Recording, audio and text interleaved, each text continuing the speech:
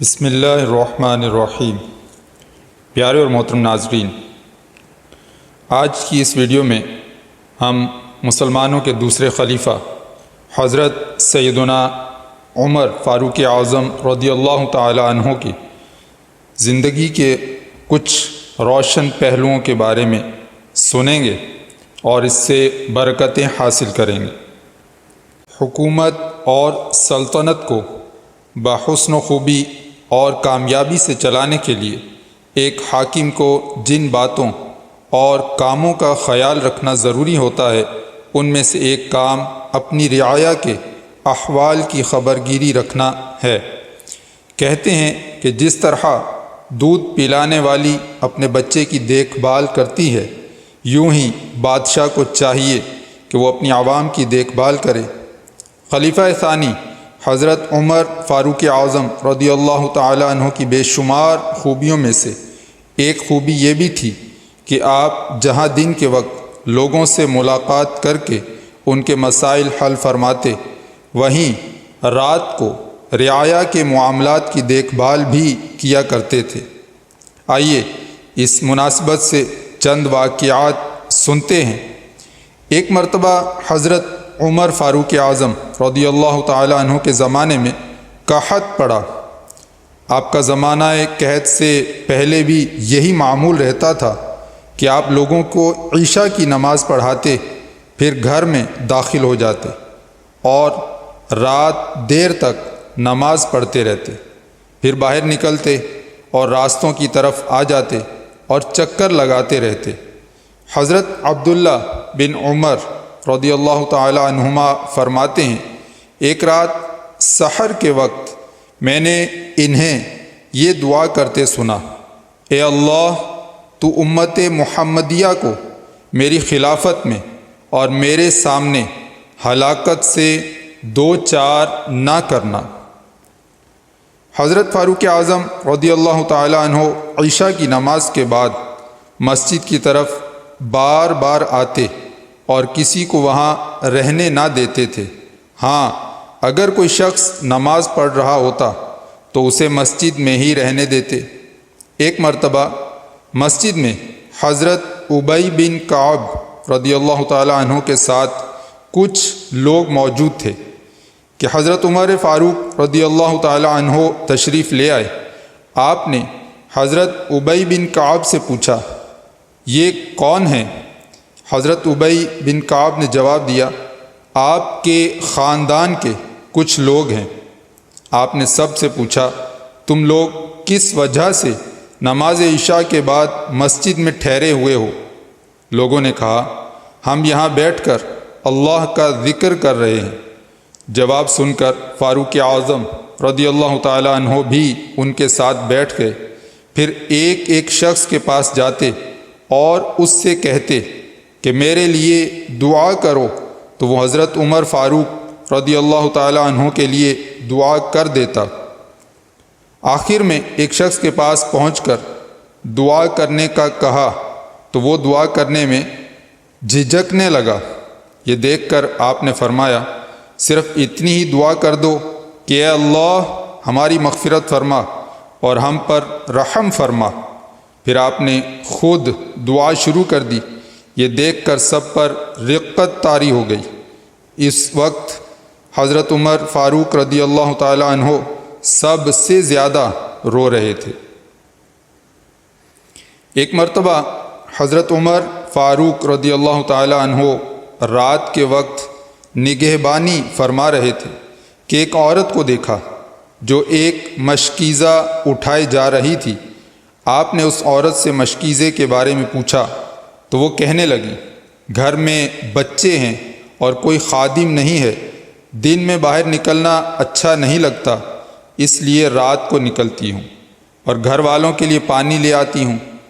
آپ رضی اللہ تعالی عنہ نے اس عورت کا مشکیزہ خود اٹھا لیا اور اس کے گھر تک پہنچا دیا اور فرمایا، صبح عمر کے پاس چلی جانا، وہ تمہیں ایک خادم دے دیں گے۔ وہ عورت کہنے لگی، حضرت عمر تک رسائی نہیں ہے۔ آپ رضی اللہ تعالی عنہ نے فرمایا، اللہ پاک نے چاہا تو تمہاری ان تک رسائی ہو جائے گی۔ صبح ہوئی اور وہ عورت فاروق اعظم کے پاس پہنچی تو اس نے پہچان لیا کہ رات اس کا مشکیزہ اٹھانے والے کوئی اور نہیں بلکہ امیر المؤمنین حضرت عمر فاروق اعظم خود تھے۔ یہ دیکھ کر مڑی اور واپس چلی گئی۔ حضرت عمر رضی اللہ تعالی عنہ نے اس کے پیچھے کسی کو بھیجا اور اس عورت کو کچھ نان نفقہ اور ایک خادم دینے کا حکم فرما دیا۔ ایک مرتبہ فاروق اعظم رضی اللہ تعالی عنہ رات کے وقت نگرانی کر رہے تھے کہ ایک گھر میں چراغ جلتے ہوئے دیکھا۔ آپ اس کے قریب گئے تو دیکھا کہ ایک بوڑھی عورت اون کو دھنک رہی تھی تاکہ اسے کاتے اور دھاگا بنائے، اور یہ اشعار پڑھتی جا رہی تھی جس کا ترجمہ کچھ یوں ہے کہ محمد عربی صلی اللہ تعالی علیہ وآلہ وسلم پر نیک لوگوں کی طرف سے درود ہو، متقیوں اور پرہیزگاروں کی جانب سے یا رسول اللہ آپ پر درود ہو۔ آپ راتوں کو بہت زیادہ نمازیں پڑھنے والے ہیں، بوقت سحر خوب رونے والے تھے، موت کی مختلف حالتیں ہیں۔